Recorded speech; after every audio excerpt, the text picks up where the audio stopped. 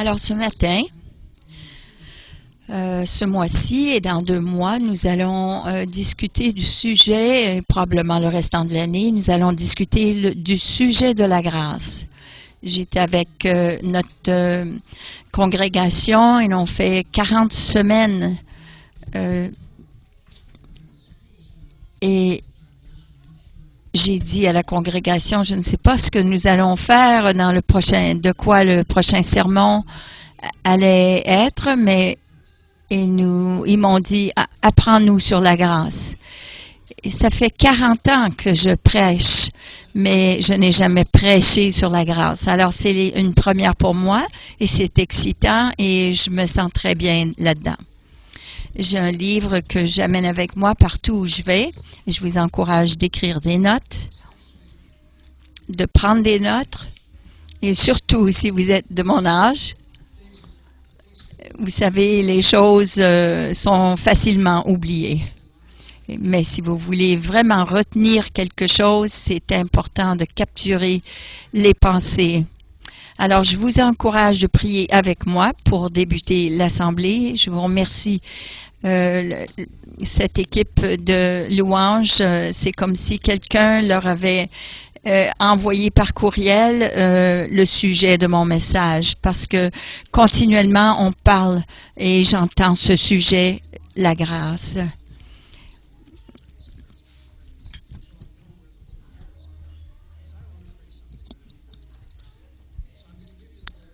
Je vais vous lire toute la prière parce que je sais qu'il y a des gens qui n'aiment pas prier des choses sans savoir ce qui s'en vient.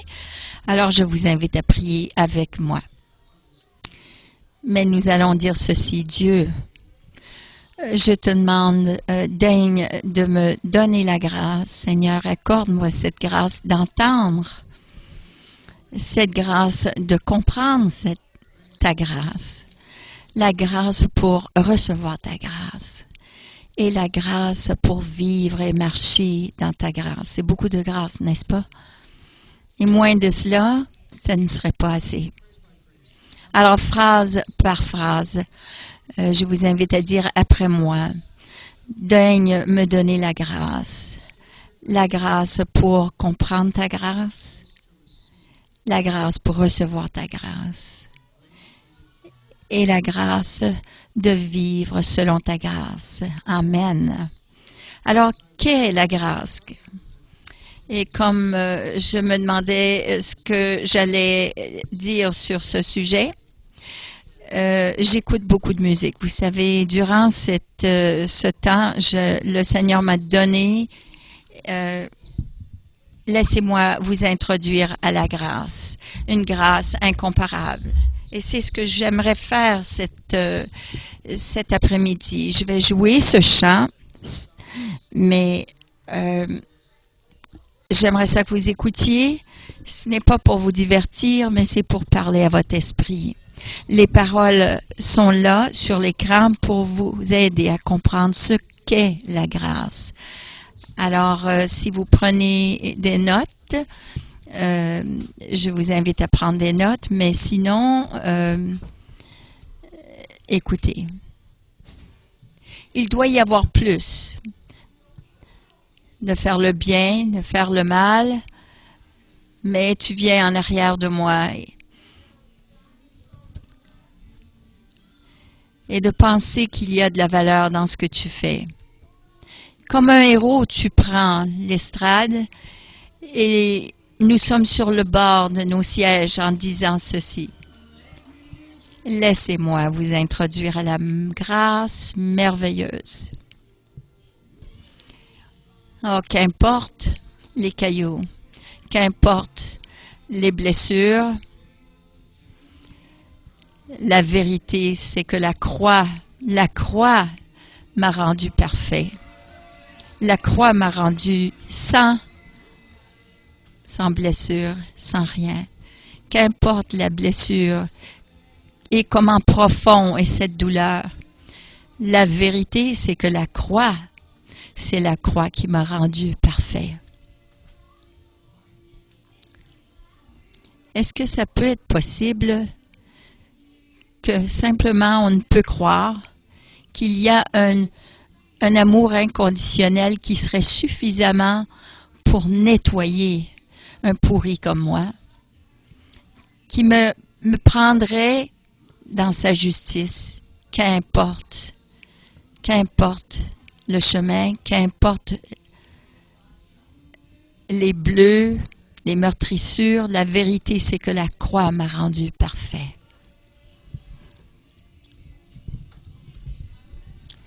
Qu'importe la douleur et profond la blessure, qu'importe cette souffrance, la vérité, c'est que la croix m'a rendu parfait.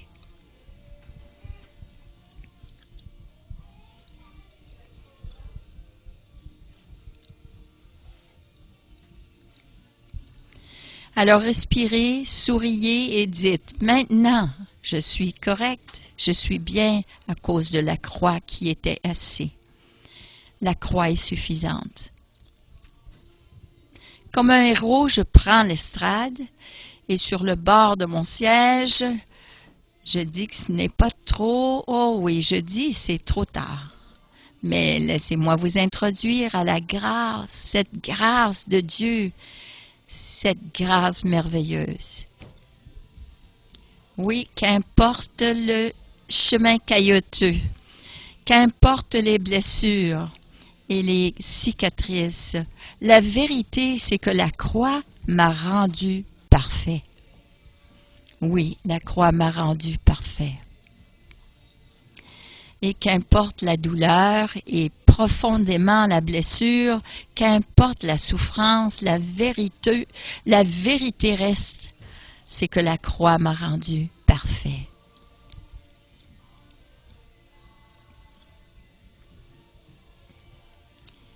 Ça fait rien ce que les gens disent ou ce qu'ils pensent de moi. Le jour vient qu'il vous a appelé par son nom, par votre nom. Il vous a rendu parfait. Oui, il vous a rendu parfait. Qu'importe le chemin caillouteux, ou les blessures, ou les cicatrices, la vérité reste que la croix m'a rendu parfait.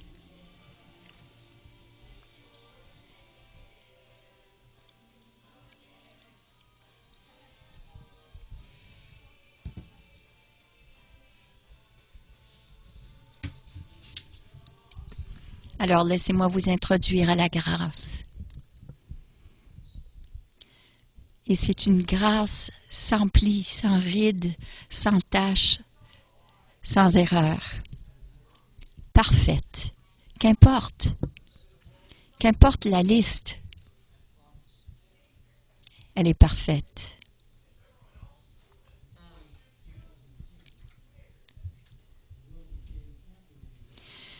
Vous savez, dans l'automne de 2010, le monde est devenu captivé par l'histoire des mineurs de Chili. Ils ont été là enterrés en 2000 pieds de roc solide. 33 hommes étaient désespérés. Le tunnel principal s'est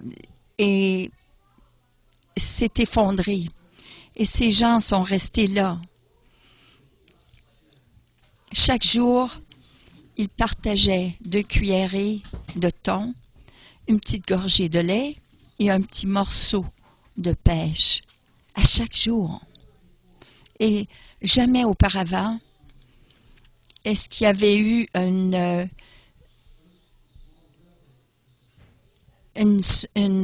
sauvetage de ces profondeurs. Mais premièrement, ils ont drillé un trou. Ensuite, ils ont passé, parce qu'il y a eu une demande pour des Bibles, et 33 Bibles ont été descendues dans ce trou. Et pas un de ces mineurs a répondu « Ah, c'est pas pour moi ».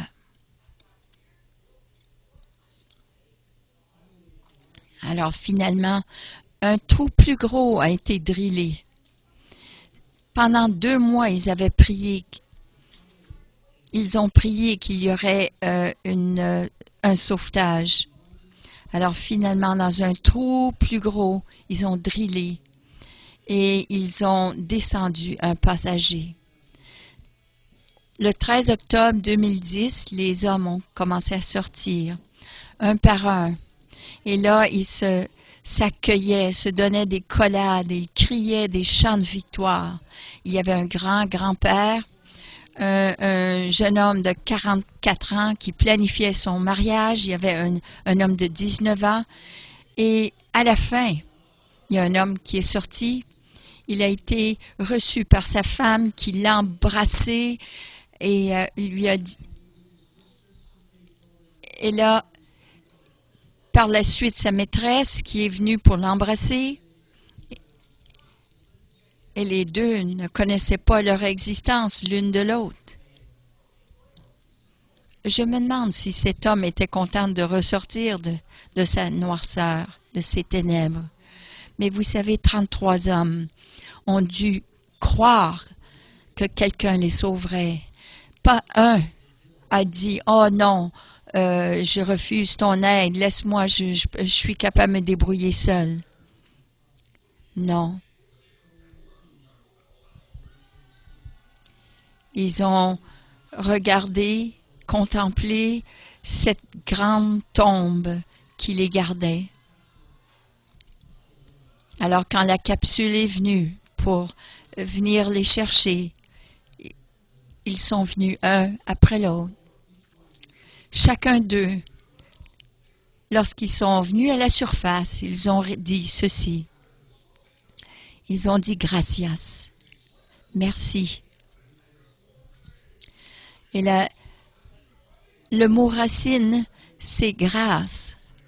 Grâce, grâce d'avoir été sauvé. C'est quoi l'utilité de ce mot grâce? On l'utilise avant les repas. On est reconnaissant pour la gentillesse de quelqu'un. On est gratifié par les bonnes nouvelles. Et on rend grâce pour le succès. On est gracieux lorsqu'on est des autres pour des amis. On laisse une gratuité. Il y a des notes de grâce dans la musique. Richard, il jouait avec des accords. Je n'ai pas regardé s'il avait des notes de grâce. Mais des notes de grâce sont des petites notes, plus petites que les autres. Ils sont supplémentaires. On les ajoute. C'est des ajouts dans notre morceau, dans notre pièce de musique. Alors, si vous avez un prêt et vous ne pouvez pas rencontrer l'échéance, la plupart des institutions vont vous donner une période de grâce. C'est une période où vous êtes excusé d'un paiement immédiat. Et comment utilisons-nous l'opposé de ce mot, le contraire de ce mot? Nous parlons de tomber, comme Richard Nixon, Jimmy Swaggart. Il y en a plusieurs qui sont tombés de la grâce. On parle d'un manque de grâce. Et on utilise cela lorsqu'on parle un langage de disgrâce. Et une personne qui est vraiment méprisable est une personne qui n'a pas de grâce salutaire.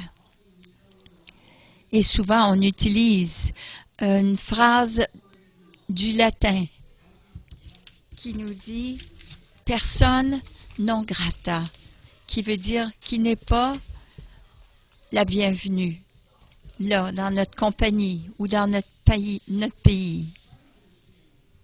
Alors, regardons comment la grâce est utilisée.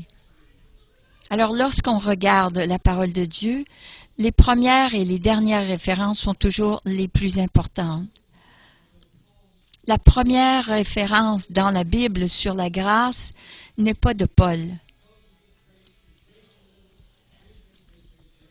Paul parle souvent de la grâce, mais ce n'était pas la première référence, ni de Jésus. Allons dans le milieu du livre, peut-être dans les psaumes, ce n'était pas David non plus. La première référence à la grâce est mentionnée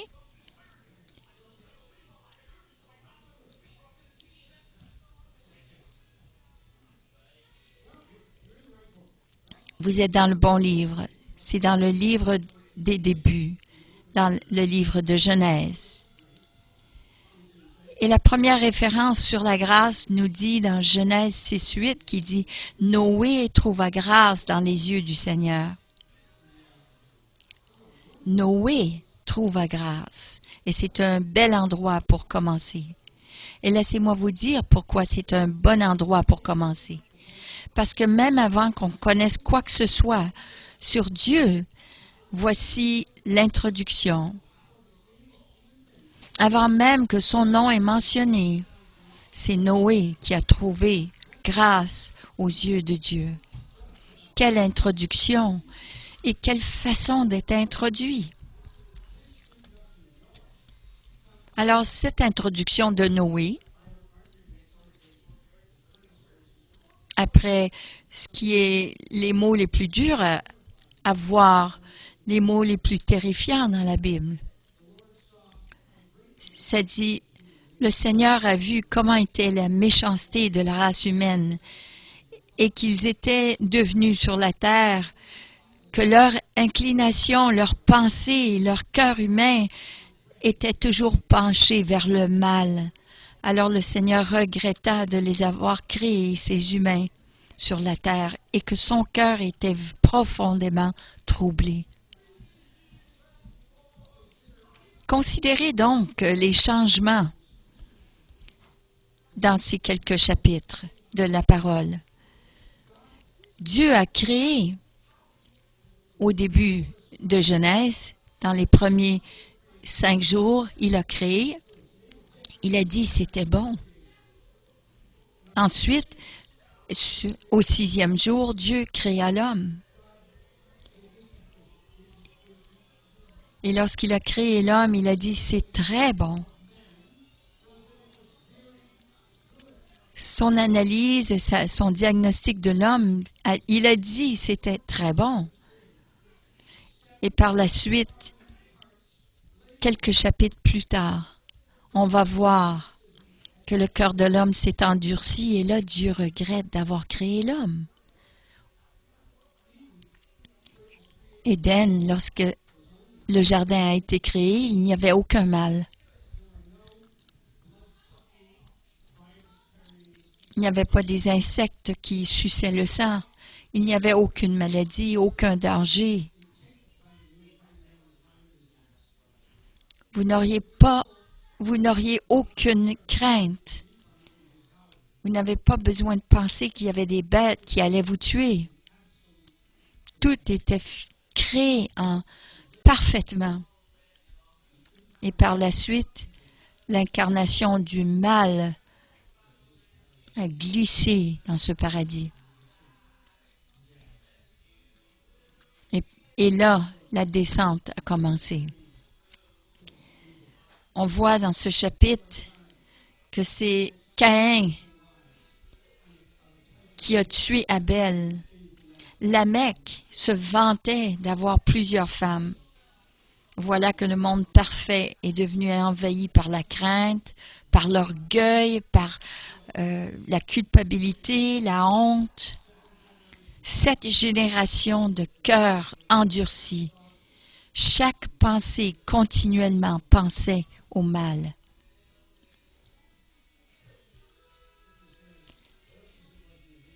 La parole nous dit, comme c'était dans le temps de Noé, il en sera aussi dans les derniers jours. Pensez, réfléchissez au camp de concentration de Hitler et pensez à ce qui est le plus récent, c'est ISIS. Et c'est sur YouTube. Décapitant les enfants devant leurs parents parce qu'ils ne veulent pas renoncer à leur foi. Chaque pensée du cœur de l'homme continuellement vers le mal.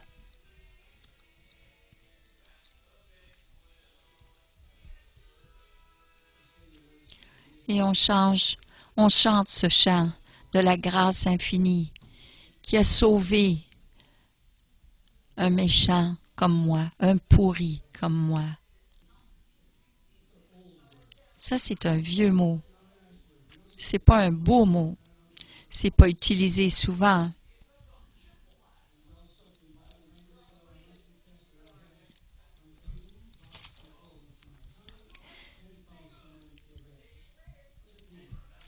Qu'est-ce que ça veut dire?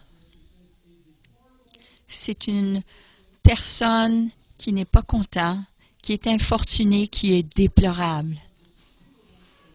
Une personne de caractère bas, un pécheur, un pourri, un minable.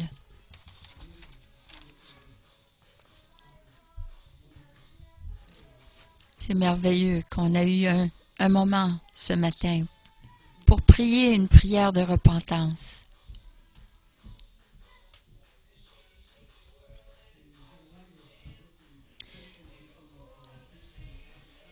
Au Kahnawake, j'ai une bonne relation avec le prêtre de la paroisse catholique. C'est une bonne expérience qu'on a de s'unir ensemble parce que leur chant, alors lorsqu'on chante et que Dieu est, au lieu de dire que c'est un « il », c'est générique. Alors le cantique a été nettoyé, purgé, parce que les références du sang ont été enlevées. Les références au péché et aux pécheurs ont été enlevées aussi. Alors on ne peut pas les trouver. Alors lorsqu'on est ensemble et qu'on chante « Grâce infinie », et on chante « Il y a une fontaine remplie du sang », et on parle de la réalité de ce monde, du péché dans le monde, dans nos vies. Et ce n'est pas une belle façon de penser à cela dans cette référence. Alors retournons à Noé. Qu'a-t-il fait pour recevoir la grâce? Il a obéi, oui, c'est une bonne...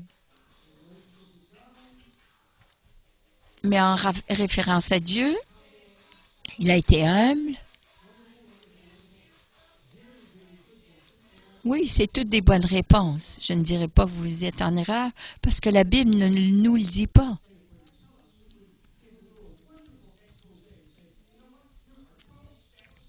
On pourrait facilement examiner les Écritures et dire, voici les 12 pas à la grâce. Ça serait une belle formule qui est exacte et correcte, et ça serait bien, mais pourquoi est-ce qu'on ferait cela? Ce n'est pas ça. Mais ça dit, même avant la grâce, ça dit, il a trouvé grâce dans les yeux de Dieu.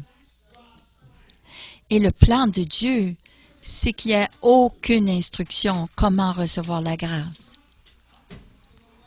La grâce ne dépend pas de celui qui le reçoit, mais de celui qui le donne. La grâce est le don de Dieu et son origine est Dieu. Ça commence avec Dieu. Dieu donne sa grâce même avant que nous sachions qu'il est là. Il nous donne la grâce même avant qu'on reconnaisse qu'il est présent. Dieu nous donne sa grâce comme nous marchons avec lui jusqu'au jour qu'on meurt et qu'on soit dans sa présence. C'est la grâce. Grâce, aucune instruction.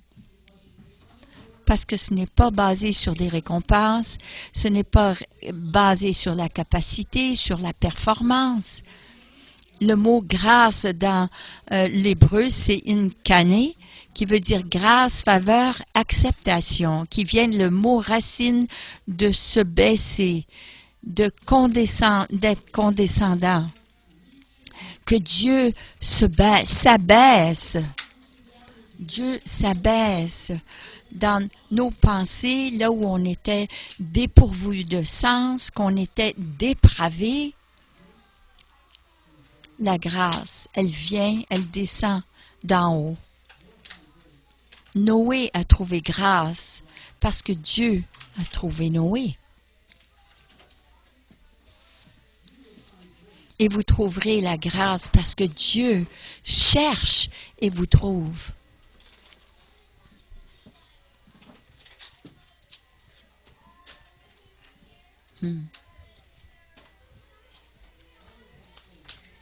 Ça dit, j'ai lu ce verset dans 12 versions différentes pour vraiment comprendre ceci. J'ai été dans 3 commentaires et finalement, j'ai trouvé quelqu'un qui l'a écrit dans une façon très simple.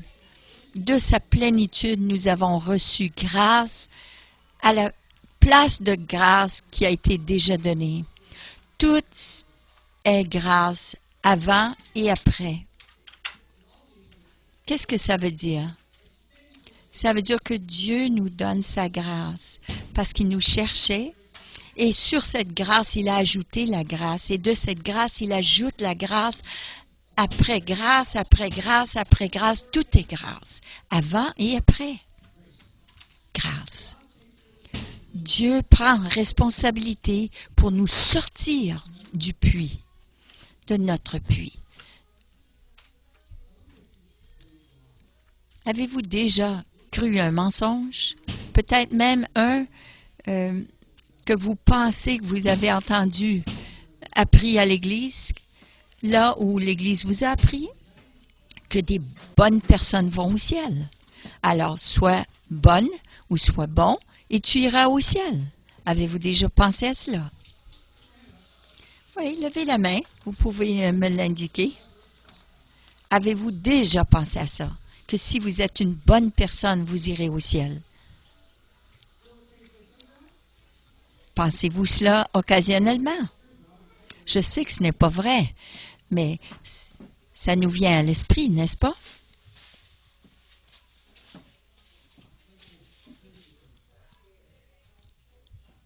Et voici la vérité.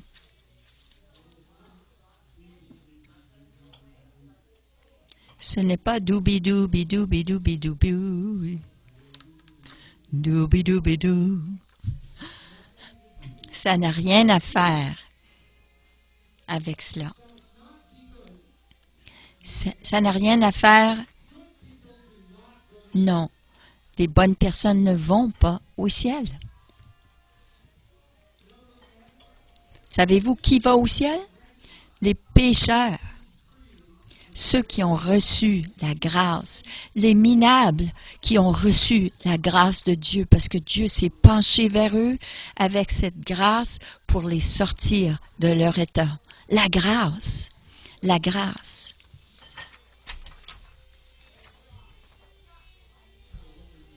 Alors, qu'allez-vous faire avec sa grâce infinie, sa grâce merveilleuse?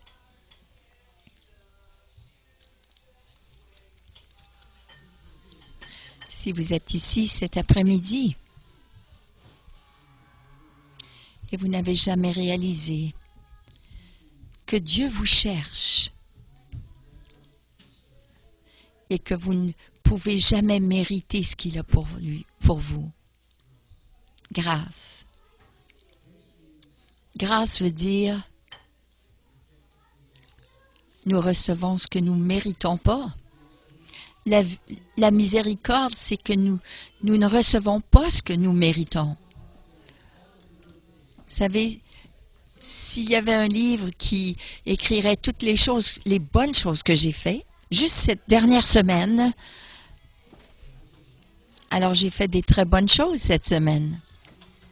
Je suis en train de faire une liste là, à l'instant même, et je suis très fière de moi-même. Et rien de ce que j'ai fait qui tombe de cette marque, de cette gloire que Dieu m'a créée pour être.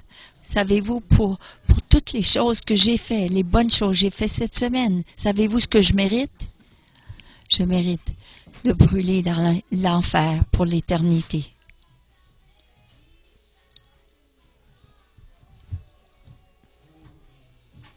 Je ne veux pas ce que je mérite.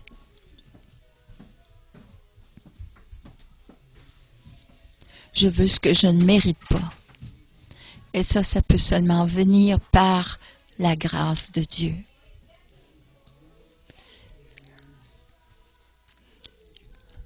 Si vous n'avez jamais pris conscience de ce que vous avez par la grâce de Dieu,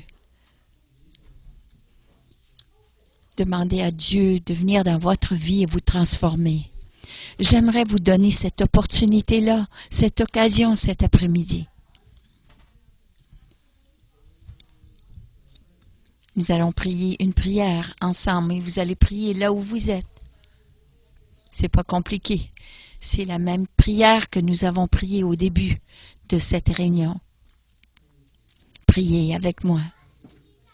Seigneur, donne-moi la grâce d'entendre ta grâce, de comprendre ta grâce, de recevoir ta grâce et de vivre selon ta grâce.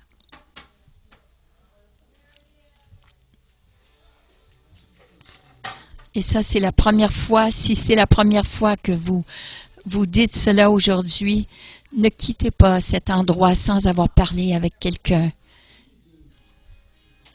Alors, qu'est-ce que vous allez faire de cette grâce? La plupart d'entre vous ici sont sauvés. Vous avez reçu cette grâce? Je ne peux pas juger. Il y a une personne que je sais, que je suis certain, a été sauvée et a reçu cette grâce. C'est moi, parce que j'ai ce témoignage dans mon cœur. J'ai mon passeport.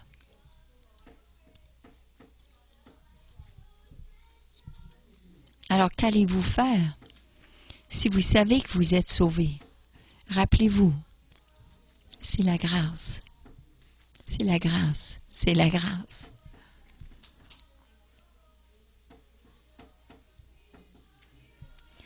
Combien est-ce que Dieu vous aime? Assez? Suffisamment pour avoir envoyé son Fils. Quoi d'autre pourriez-vous faire pour recevoir plus de son amour? L'obéir? Le servir? L'adorer? Qu'est-ce qu'il va faire? Envoyer un autre fils? Il en a seulement qu'un. Un fils unique. Vous savez, nos pensées ne peuvent pas saisir cela. S'il n'y a rien que vous pouvez faire pour mériter l'amour de Dieu, devinez. Il n'y a rien que vous pouvez faire pour ne pas mériter. Vous ne pouvez pas abaisser son amour parce que c'est un amour de grâce. C'est un cadeau de grâce. J'ai toujours enseigné à mes étudiants pour amener une conclusion, pour qu'ils sachent quand était la fin du message.